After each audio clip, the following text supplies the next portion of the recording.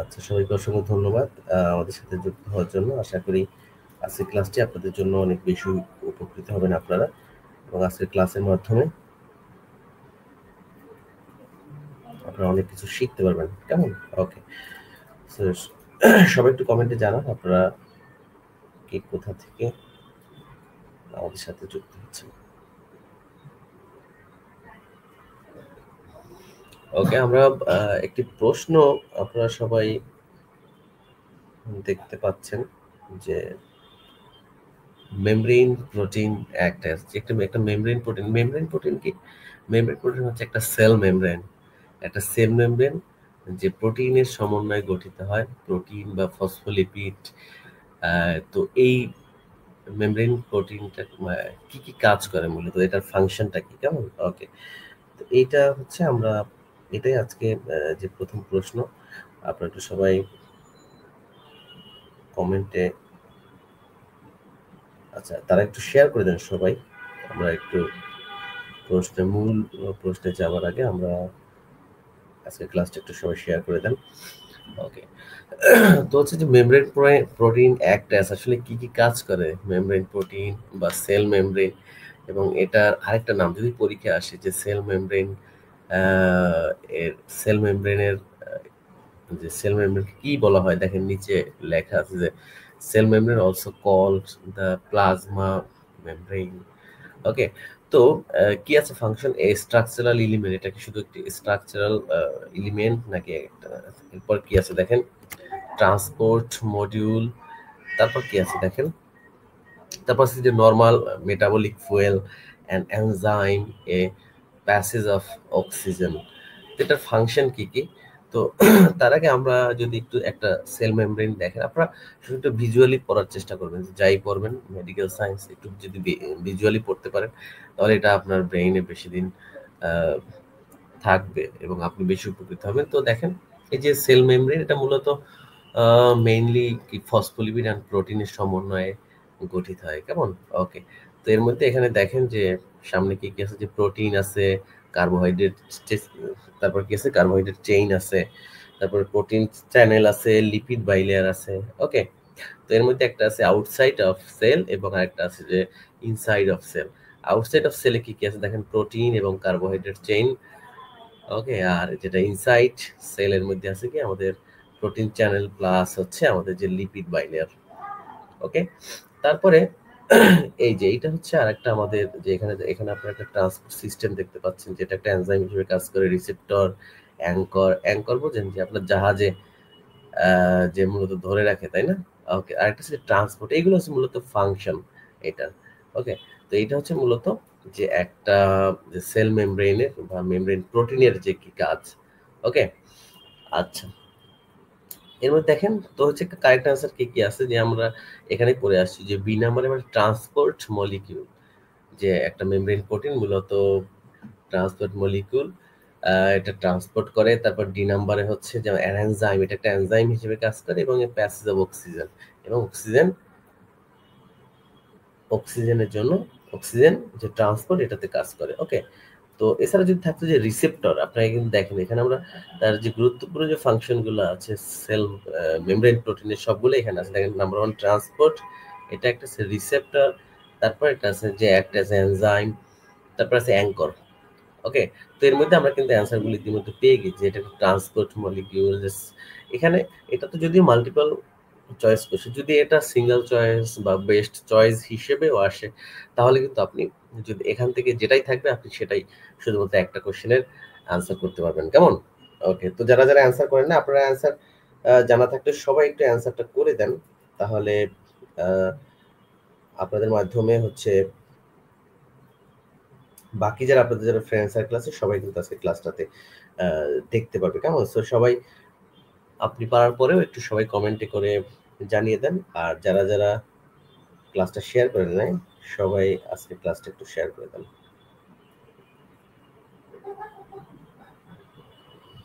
ওকে, যারা যারা আজকে ক্লাসটা শেয়ার করেন নাই সবাই আজকে ক্লাসটা একটু শেয়ার করে দেন আপনাদের বন্ধুদের,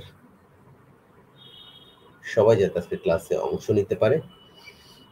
ওকে, আচ্ছা, এরপরে আমরা আরো একটু বিস্তারিত জানবো যে সেল, দেখেন এই যে most membrane protein function in transport and signalling or provide the structural framework that shape cellular component.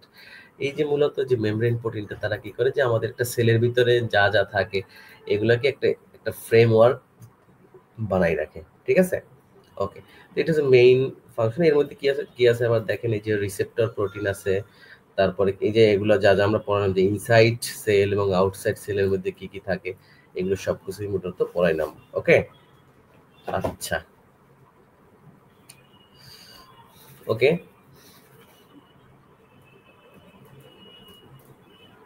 এখন আমরা চলে যাই আমাদের যে সেকেন্ড যে কোশ্চেনটা আছে। সেকেন্ড কোশ্চেনটা সবাই একটু অ্যান্সার করেন যে জাংশনাল টিস্যু বা সংযোজী কলা, এটাকে বলে সংযোজী কলা বাংলাতে, জাংশনাল টিস্যু অফ হার্ট, আর কোনটা কোনটা হবে সবাই একটু, আমি একটু ঢেকে দিচ্ছি, আপনারা সবাই কমেন্টে জানান, সবাই একটু কমেন্টে জানান। হ্যালো, নমস্কার।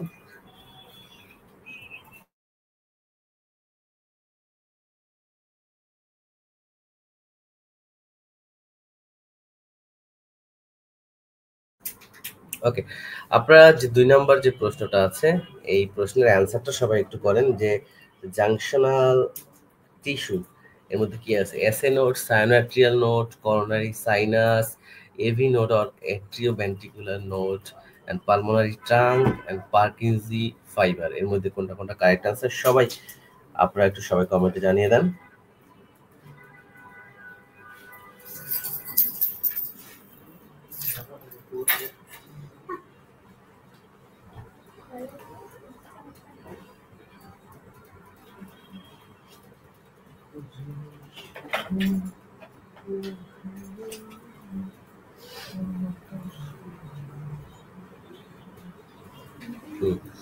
দেখেন যে জাংশনাল টিস্যু কি, যে আমাদের জাংশনাল টিস্যু অফ হার্ট, এটা হচ্ছে আমাদের হার্টে এমন কিছু মাসেল আছে বা এমন কিছু সেল আছে যারা হচ্ছে আমাদের যে কন্টিনিউয়াস যে ইলেকট্রিক্যাল ইম্পালস এটা কিন্তু সেলের মধ্যে প্রবাহিত করে। তো এটাকে বলা হয় মূলত জাংশনাল টিস্যু, বা আমাদের যে রিদম, হার্টের যে কন্টিনিউয়াস যে রিদম, এটা মূলত এই যে জাংশনাল টিস্যুর মাধ্যমে প্রবাহিত হয়। তো এখন এর মধ্যে আমরা একটা ফিগার যদি আপনাদেরকে দেখাই, যে ইলেকট্রিক্যাল সিস্টেম, এই যে জাংশনাল টিস্যুকে, এটা আরেকটা নাম হচ্ছে electrical system of the heart, যে হার্টে কন্টিনিউয়াস যে আমাদের ইলেকট্রিক্যাল ইম্পালস তৈরি হয় এবং এটা যে সেলগুলো তৈরি করে এটাকে বলা হয় জাংশনাল টিস্যু, বা অনেকগুলো সেল মিলে হয় একটা টিস্যু, তাই না? ওকে, দেখেন এখানে কি আছে, আপনারা কে কে জানেন যে জাংশনাল টিস্যু কি কি, দেখা যাচ্ছে কিনা সবাই একটু কমেন্টে জানিয়ে দেন।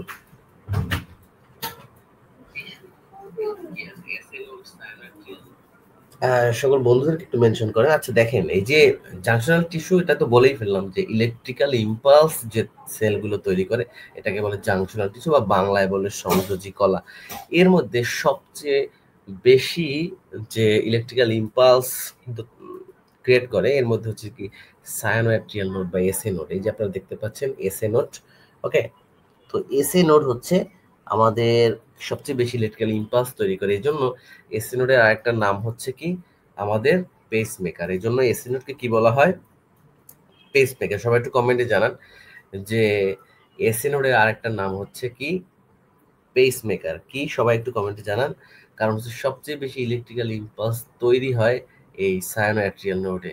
এই সায়ানোঅ্যাট্রিয়াল নোড যদি কারো হার্টে নষ্ট হয়ে যায় বা ফাংশন না করে, তখন আমরা হচ্ছে আর্টিফিশিয়াল যে পেস মেকার এটা কিন্তু লাগাইতে হয়। ওকে, এরপরে কি আছে দেখেন, এখানে এভি নোড আছে। এরপরে কি আছে, এভি নোড। এভি নোড এখানে যদি মার্ক করা নাই, এখানে দেখেন এখানে একটা এসি নোডের পরে পরবর্তী যে এখানে একটা জাংশন আছে, এখানে এটা হচ্ছে এবি নোড, মানে এবি নোড মানে হচ্ছে atrioventricular node, atrioventricular node. Okay, তারপরে এই যে এসি নোড এবং এবি নোডের মধ্যে যে কানেকশন আছে এটাকে বলে ইন্টারনোডিউলার পাথওয়ে। কি বলে, ইন্ট্রানোডিউলার পাথওয়ে, এটা কি বলে ইন্টারনোডিউলার পাথওয়ে। তারপর কি আছে দেখেন, এখানে এই যে বান্ডেল অফ হিজ আছে। ওকে, এই এগুলো হচ্ছে সবকিছু এই যে ইন্টারভেন্ট্রিকুলার নোড, তারপর হচ্ছে আমাদের যে বান্ডেল অফ হিস, এগুলো সবকিছু হচ্ছে আমাদের যে জাংশনাল টিস্যু অফ হার্ট। ওকে, মানে এই আমাদের যে টিস্যুগুলো মূলত আমাদের হার্টের ইলেকট্রিক্যাল সিস্টেমের সাথে জড়িত। এর মধ্যে কি আছে দেখেন, এই প্রথমটাই আছে এসএ নোড, এবং সি নাম্বার আছে এভি নোড, এবং এই যে ই নাম্বার হচ্ছে পারকিনজি ফাইবার। ওকে, তো আমরা ফিগারের মাধ্যমে আপনাদেরকে দেখাই দিলাম যে আমাদের জাংশনাল টিস্যু অফ হার্ট কি। ওকে, তো আশা করি আপনারা এটা কখনোই বলবেন, এবং এই জাংশনাল টিস্যু দিয়ে কিন্তু আমাদের পরীক্ষায় বারবার কিন্তু প্রশ্ন আসছে, এবং প্রশ্ন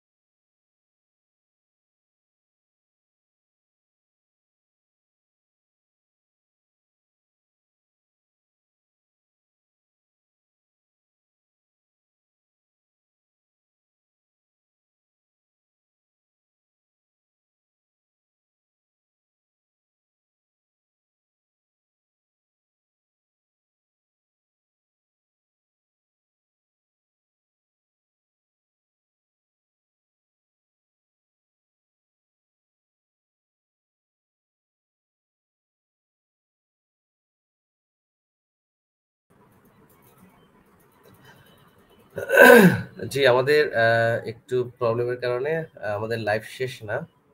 ওকে, তো জাস্ট আমরা একটু, তো আমরা এখনই আহ, আসবো আমাদের।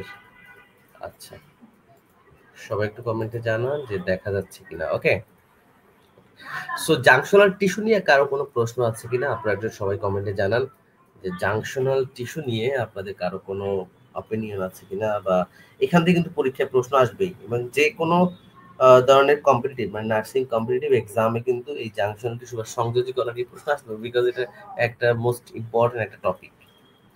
আচ্ছা, আপনারা শুনতে পাচ্ছেন কিনা সবাই একটু কমেন্টে জানাই দেন। আশা করি এখন শোনা যাচ্ছে, আশা করি আপনারা শুনতে পাচ্ছেন।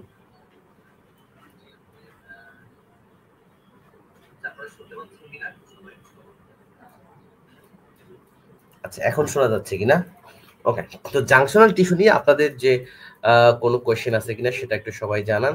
যে জাংশনাল টিস্যু হচ্ছে আমাদের হার্টের যে ইলেকট্রিক্যাল ইম্পালস সিস্টেম বা আমাদের হার্টের যে টিস্যুগুলো বা সেলগুলো মূলত ইলেকট্রিক্যাল ইম্পালস তৈরি করে, সেটাকে বলা হয় জাংশনাল টিস্যু। এবং এর মধ্যে সবচেয়ে বেশি যেটা ইলেকট্রিক্যাল ইম্পালস তৈরি করে সেটা হচ্ছে এসি নোড বা সায়োনার্টিয়াল নোড। এই জন্য সায়োনার্টিয়াল নোডকে কি বলা হয়? পেসমেকার বলা হয়। ওকে, এর জন্য বলা হয় কি? পেসমেকার বলা হয়। আপনারা সবাই একটু ক্লাসটা শেয়ার করে দেন যে যেখান থেকে আমাদের সাথে যুক্ত আছেন। তারপর এখানে একটা প্রশ্ন আছে, দেখেন যে পার্টস অফ বাইলারি ট্রি, যে আমাদের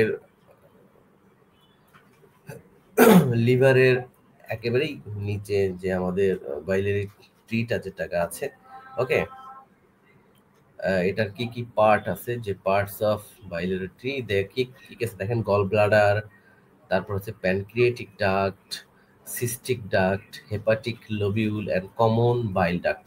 আপনারা সবাই কমেন্ট একটু জানিয়ে দেন যে আমাদের একটা বাইলারি ট্রিতে কি কি পার্টস আছে। দেখেন আমরা একটু ভিজুয়ালি আপনাদেরকে পড়ানোর ট্রাই করছি, যাতে করে হচ্ছে এই পড়াগুলো আপনাদের সবসময়ের জন্য মনে থাকে, বা এমন কোয়েশ্চেন যদি আসে, এখানে যদিও একটু মাল্টিপল চয়েস টাইপের দেওয়া আছে, বাট পরীক্ষায় যদি এখানে সিঙ্গেল চয়েস আসে আপনি যাতে পারেন। ওকে, তো এখানে মনে করেন যে পার্টস অফ বাইলারি ট্রির মধ্যে দেখেন একটা বাইলারি ট্রির মধ্যে কি আছে, একটা যে প্যানক্রিয়েটিক ডাক্ট আছে। ওকে, ওখানে থাকে হচ্ছে কি প্যানক্রিয়াস থাকে। প্যানক্রিয়াস থেকে কি উৎপন্ন হয় আমরা সবাই জানি, যে কি সিক্রেশন হয়, যে ইনসুলিন, তাই না? ওকে, তারপর কি কি আছে দেখেন আমাদের যে বাইলারি ট্রির মধ্যে কি আছে, কমন বাইল ডাক্ট একটা আছে, কি কমন বাইল ডাক্ট আপনারা দেখতে পাচ্ছেন। তারপর কমন হেপাটিক ডাক্ট আছে, এবং হেপাটিক মানে লিভার, হেপাটিক মানেই হেপাটো বা হেপাটিক থাকা মানে যেটা লিভারের সাথে জড়িত। কার্ডিও জড়িত মানে এটা হার্টের সাথে জড়িত। পালমোনারি টাইপে, পালমোনারি যেখানে জড়িত সেটা অবশ্যই লাংসের সাথে রিলেটেড। ওকে, এগুলো কিন্তু পরীক্ষায় আসছে এবং এর আগে আসছে যে ওকে, তো এই ধরনের প্রশ্ন কিন্তু, যেমন হার্ট নিয়ে যে স্পেশালাইজ যে ডাক্তার তাকে কি বলা হয়? কার্ডিওলজিস্ট। তারপর হচ্ছে লিভার বিশেষজ্ঞ যে ডক্টর তাকে কি বলা হয়? হেপাটোলজিস্ট, তাই না? এগুলো কিন্তু পরীক্ষায় আসে। ওকে, আচ্ছা, তারপর এখন এই যে প্রশ্নটা আছে দেখেন, পার্টস অফ বাইলিয়ারি ট্রি, এটা হচ্ছে আপনারা একটু সবাই কমেন্টে জানাই দেন। এখানে যদিও দেয়া আছে, তারপরও আপনারা সবাই দেখে দেখে একটু করেন, তাহলে হচ্ছে যে এটা আপনার বেশি দিন মনে থাকবে। তারপরে কি আছে? সিস্টিক ডাক্ট আছে, তাই না? ওকে, আর এই যে gallbladder. So number one তো গল ব্লাডার অফকোর্স আছেই এটার মধ্যে, বাইলারি ট্রির মধ্যে। তারপরে দেখতে পাচ্ছেন যে সিস্টিক ডাক্ট, ঠিক আছে, সিস্টিক ডাক্ট এটাও আছে। তারপরে হচ্ছে আমাদের নাম্বার যে কমন বাইল ডাক্ট, এইগুলো হচ্ছে কিন্তু parts. So AC correct answer হচ্ছে আমাদের এ, সি এবং ই। আজকে যেহেতু প্রথম ক্লাস, ওই জন্য অ্যান্সারগুলোর সাথেই দেওয়া আছে এবং সাথে একটা ছবিও আমরা দিয়ে রাখছি, যাতে করে হচ্ছে আপনাদের বুঝতে সুবিধা হয় এবং আপনাদের এই পড়াটা দীর্ঘদিন পর্যন্ত মানে ইফিকাসিটা অনেক বেশি থাকে। ওকে, আচ্ছা, তারপরে এখন আমরা এখান থেকে দেখেন এখানে টোটাল একটা ফিগার দেওয়া আছে, যে লিভার মানে কোথায় কোন অর্গানটা থাকে, লিভার। তারপর যে কমন হেপাটিক ডাক্ট, একটু আমরা উপরে পড়ে আসছি। ওকে, এর মধ্যে আছে এটা রাইট হেপাটিক ডাক্ট। এখন যদি পরীক্ষা আসে যে কমন হেপাটিক ডাক্টের মধ্যে কি কি থাকে, এর মধ্যে যে রাইট হেপাটিক ডাক্ট থাকে, লেফট হেপাটিক ডাক্ট। ওকে, আচ্ছা, এছাড়া পরীক্ষা প্রশ্ন যে লিভার এবং আমাদের যে লিভার এবং যে গল ব্লাডার এটাতে কানেক্টিং করছে কে, সেটা হচ্ছে কমন হেপাটিক ডাক্ট। ওকে, তারপরে এখানে সিস্টিক ডাক্ট আছে, গল ব্লাডার আছে, কমন বাইল ডাক্ট আছে। দেখেন পরীক্ষায় যেভাবে আসছে জাস্ট এভাবেই কিন্তু ফিগারটা আঁকা আছে। ওকে, তারপরে এখানে হচ্ছে আমাদের যে প্যানক্রিয়েটিক ডাক্ট, একটু একটু আগে আমরা পড়ে আসছি। এখানে যে আইলেটস অফ ল্যাঙ্গারহ্যান্স নামক কোর্স থেকে হচ্ছে আমাদের যে ইনসুলিন সিক্রেশন হয় যে আইলেটস অফ ল্যাঙ্গারহ্যান্সের বিটা সেল থেকে। ওকে, তারপরে আছে যে এখানে আছে যে কমন হেপাটো প্যানক্রিয়েটিক ডাক্ট একটা আছে, ঠিক আছে, যে ডিউডেনাম, এটা হচ্ছে সরাসরি ডিউডেনামের সেকেন্ড পার্ট অফ ডিউডেনাম থেকে আমাদের common hepatic duct, hepato pancreatic duct আছে। ওকে, আচ্ছা, সো এটা গেল। পাশাপাশি এখন আমরা, আপনারা শুনতে পাচ্ছেন যে সবাই একটু কমেন্টে জানান। ওকে, আচ্ছা, এখন আমরা একটু বিস্তারিত একটু জেনে নেই। The liver is the largest organ, পরীক্ষা আসতে পারে যে লার্জ, দেখেন আমরা অনেকগুলো এমসিকিউ একসাথে করে ফেলবো এখন।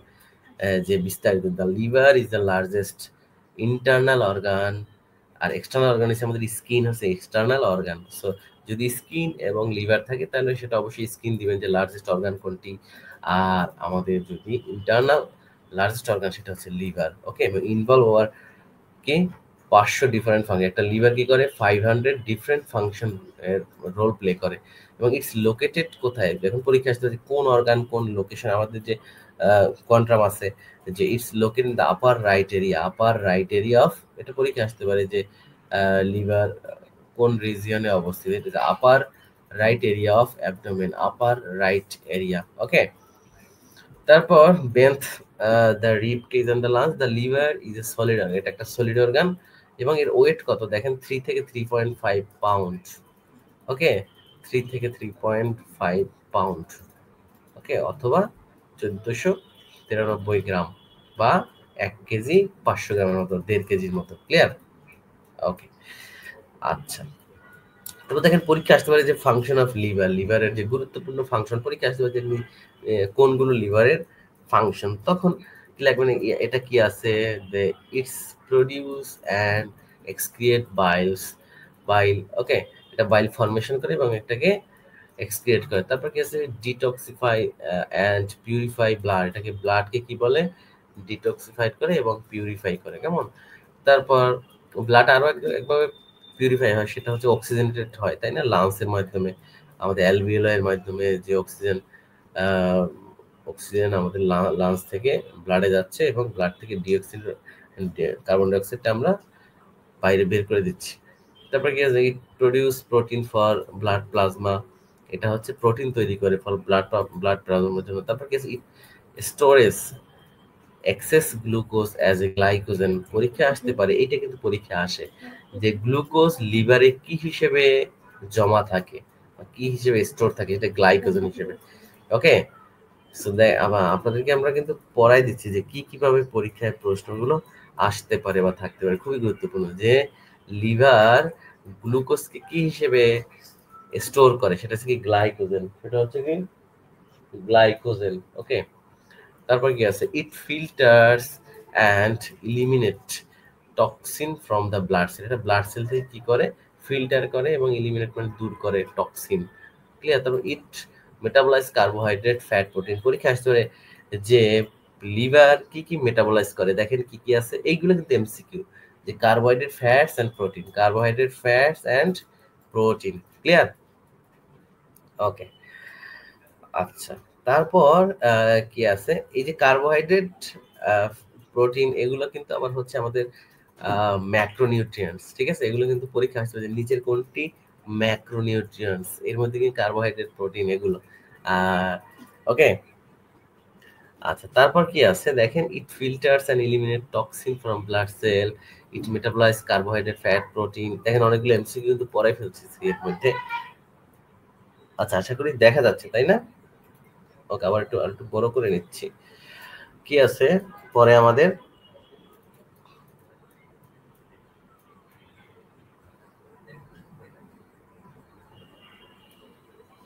ওকে, তারপরে দেখেন কি আছে it activates enzyme and store vitamin mineral and glycogen, এগুলোও কিন্তু এটা স্টোর করে। অনেকগুলো ফাংশন, লিভারের প্রায় 500 মতো ফাংশন আছে আমাদের শরীরে, আমাদের বডিতে। It excrete bilirubin, cholesterol, drugs and hormone. কি আছে ইট এক্সক্রিয়েট, এটা হচ্ছে বের করে দেয় কি কি bilirubin, cholesterol, drugs and hormone. Clear? Okay, তারপরে দেখেন এখানে একটা এমসিকিউ আমরা পড়ে বলি, আপনারা একটু সবাই কমেন্টে জানান যে how much does the liver typically weigh, একটা লিভারের টিপিক্যালি ওয়েট কতটুকু। কি আছে 1.25 থেকে 1.50 কেজি। সবাই এটা একটু আপনার জন্য কুইজ, আপনারা একটু সবাই কুইজের অ্যান্সারটা করেন না, কুইজের অ্যান্সারগুলো সবাই একটু করেন দেখি। 1.25 to 1.50 KG, 1.45 to 1.70 KG, 1 KG 70 গ্রাম, তারপর 1 কেজি 35 থেকে 1 কেজি 60, 1 কেজি 40 থেকে 1 কেজি 80। সবাই কমেন্টে জানান এটা কারেক্ট আনসার কি হবে। আপনারা সবাই শেয়ার করে দেন, আপনাদের যে সকল বন্ধুরা আছে অনলাইনে এই মুহূর্তে তাদের সবাইকে একটু শেয়ার করে দেন। ওকে,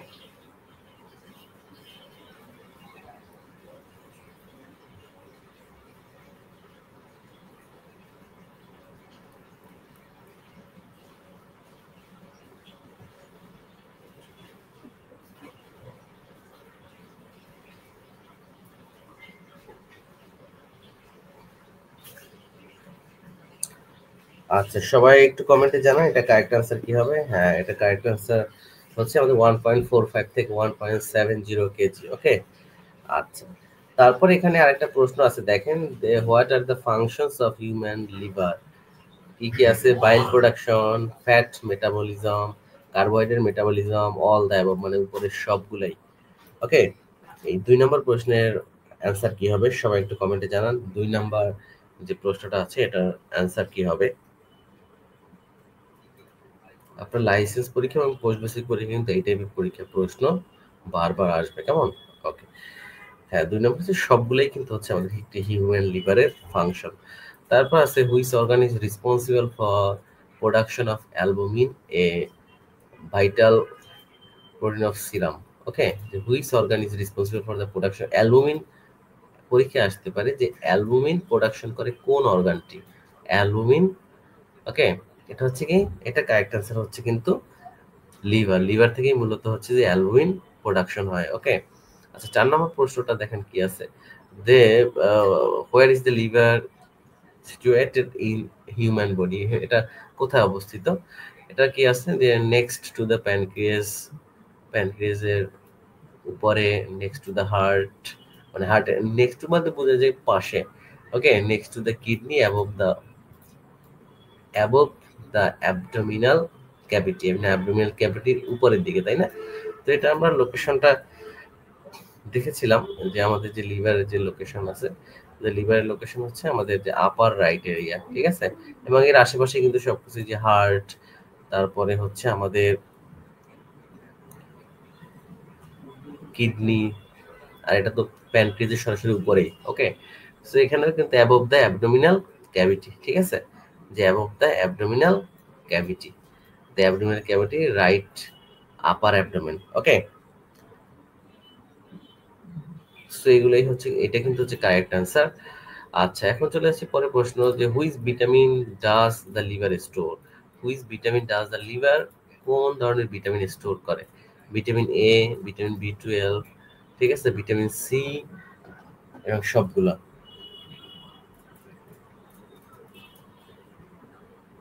সবাই একটু কমেন্টে জানান।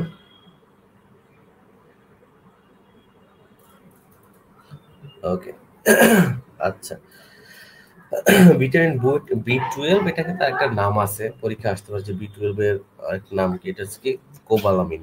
ওকে, কোবালামিন। ওকে,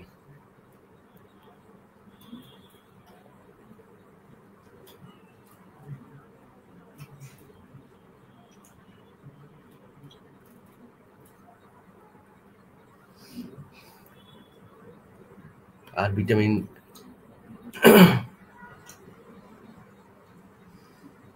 ওকে, সবাই একটু কমেন্টে জানান।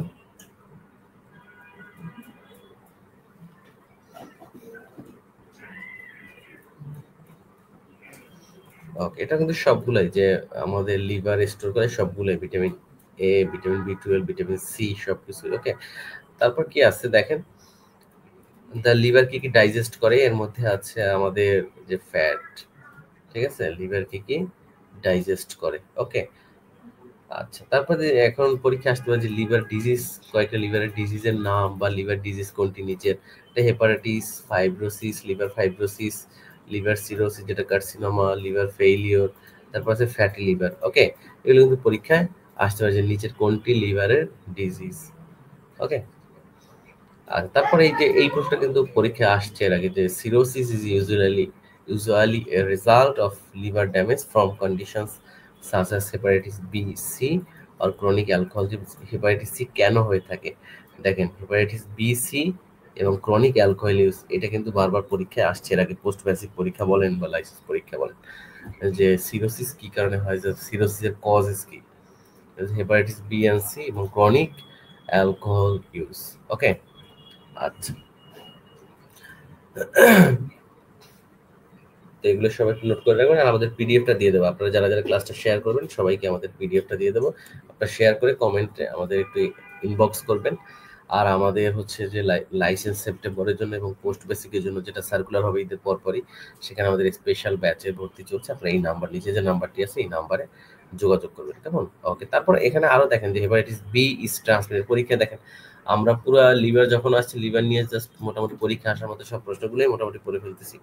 দেখেন কি আছে যে হেপাটাইটিস বি ইজ ট্রান্সমিটেড, পরীক্ষা আসতে পারে হেপাটাইটিস বি কোন কোন মাধ্যমে ট্রান্সমিটেড হয়।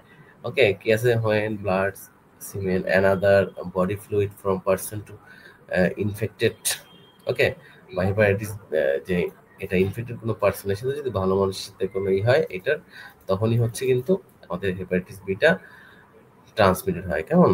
ওকে, সো এরপর কি আছে, sexual contact, sharing needles, syringes, other drug injection, এগুলোর মাধ্যমে। ওকে, পরীক্ষা আসতে পারে যে কোন কোন মাধ্যমে হেপাটাইটিস বি ট্রান্সমিটেড হয়ে থাকে। ক্লিয়ার? এগুলো কিন্তু পরীক্ষায় আসবে। আচ্ছা, তারপর এই যে এখানে একটু দেখেন, এখানে আরো আছে যে আমাদের যে রুট অফ ট্রান্সমিশন, যে রুট অফ ট্রান্সমিশনকে একটা গেলে ভার্টিক্যাল অ্যান্ড হরিজন্টাল, এটা কিন্তু পরীক্ষা আসে যে ভার্টিক্যাল ট্রান্সমিশন কি। এটা কেন বললাম, কারণ এখানে যখন দেখলাম যে হেপাটাইটিস বি কিভাবে ট্রান্সমিটেড হয়। ওকে, সো এইটা কোন ধরনের, আপনারা সবাই একটু কমেন্টে জানান, এটা কি ভার্টিক্যাল ট্রান্সমিশন নাকি হরিজন্টাল। দেখেন ভার্টিক্যাল ট্রান্সমিশন মানে হচ্ছে passes from mother to baby, যদি মায়ের কাছ থেকে বেবিতে যদি immediately before and after birth through paths such as placenta, breast milk and direct contact, এটা হচ্ছে ভার্টিক্যাল ট্রান্সমিশন। আর হরিজন্টাল হচ্ছে কি passes from one individual to another। So এই যে হেপাটাইটিস বি, এটা হচ্ছে একটা হেপাটাইটিস বি, এটা হচ্ছে একটা হরিজন্টাল ট্রান্সমিশন, কি হরিজন্টাল ট্রান্সমিশন। ক্লিয়ার?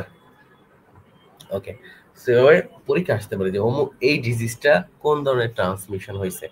ওকে, তখন কিন্তু আপনাদেরকে বুঝতে হবে। ক্লিয়ার? ওকে, তারপর দেখেন যে কি আছে, গলব্লাডার স্টোন আর deposit of calcium, phosphorus, glucose, cholesterol. Okay, so characteristic কিন্তু কোলেস্ট্রল, যে গলব্লাডার কি কি কি গলব্লাডার স্টোন, ডিপোজিট অফ, যে গলব্লাডারের যে পাথর হয়, পিত্তে যে পাথর হয়, এটা কি ডিপোজিটের মাধ্যমে কি হয়, এটাতে কি থাকে, কোলেস্ট্রল জমে জমে এই গলব্লাডার স্টোন তৈরি হয়। ওকে, আচ্ছা, দেখেন কি আছে, the stones present in the gall bladder effect the digestion of. যদি গল ব্লাডারে কোনো স্টোন হয় তাহলে এটা কোন ধরনের খাদ্য ডাইজেশনে বাধাগ্রস্ত করবে। দেখেন কি আছে, এটা হচ্ছে কি ফ্যাট, এটা কি হচ্ছে ফ্যাট ডাইজেশন বাধাগ্রস্ত করবে, কেমন? ওকে, আচ্ছা, সো এটা হচ্ছে মূলত,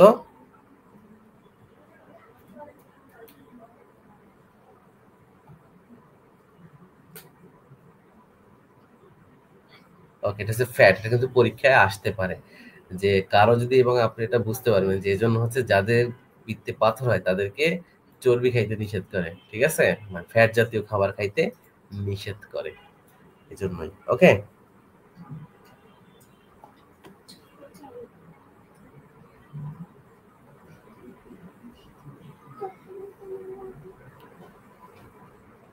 ওকে, তারপর what is the medical terms for Stones in gallbladder. আচ্ছা, গলব্লাডার কি, সরি, এই যে এটা কি আছে, গলব্লাডার স্টোনের মেডিকেল টার্ম কি, এটা হচ্ছে কি কোলিলিথায়াসিস। পরীক্ষায় এটা কিন্তু আসতে পারে যে কোলিলিথায়াসিস কখন হয়, যেটা হচ্ছে যে presenting in the stone in gallbladder, gallbladder যখন স্টোন থাকে তখন কি হয়, কোলিলিথায়াসিস। ক্লিয়ার? ওকে, এটা কি গলব্লাডার স্টোন কে বলা হয় গল স্টোন একসাথে, তাই না? তারপর দেখেন এখানে কি আছে, কোলিসিস্টাইটিস। দেখেন কোলিলিথাসিস মানে কি, presenting in the stone, presenting a stone in the gall bladder is called cholelithiasis. পরীক্ষা আসতে পারে যে presenting the stone in the gall bladder is called কি হবে, কোলিলিথাসিস। আর কোলিসিস্টাইটিস ইজ কি আছে, cholecystitis is when your gall bladder is inflamed, যখন গল ব্লাডার, এই যে আইটিস, যদি আইটিস থাকে শেষে কোনো ওয়ার্ডে শেষে আইটিস থাকে তখন সেটা বুঝবে কি ইনফেকশন, ঠিক আছে, ইনফেকশন, যে কলি বা ইনফ্লামেশন, তখন কি ইনফ্লামেশন, যে cholecystitis when your gall bladder is inflamed. Okay, তারপর কি আছে, gall bladder inflammation can caused by gall stone, most often cholecystitis is the result of hard particle in develop in the gall bladder, বা gall stone যখন থাকবে তখন যদি এটা ইনফ্লাম হয় তখন এটা কি বলে, সরি সরি, ওকে, আচ্ছা,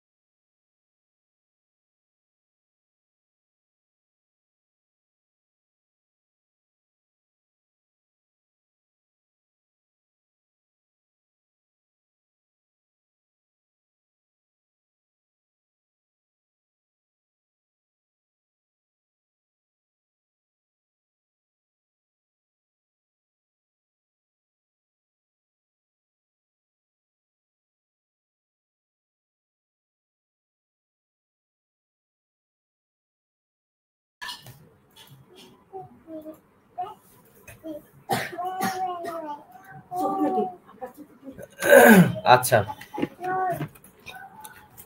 তো আজকের মতো আমরা আজকে ক্লাসটা এখানে শেষ করব। কালকে আবার আমরা আমাদের নতুন একটা সেশনে পোস্ট বেসিক নার্সিং এবং লাইসেন্স পরীক্ষার জন্য আমাদের একটা স্পেশাল ক্লাসে হাজির হব।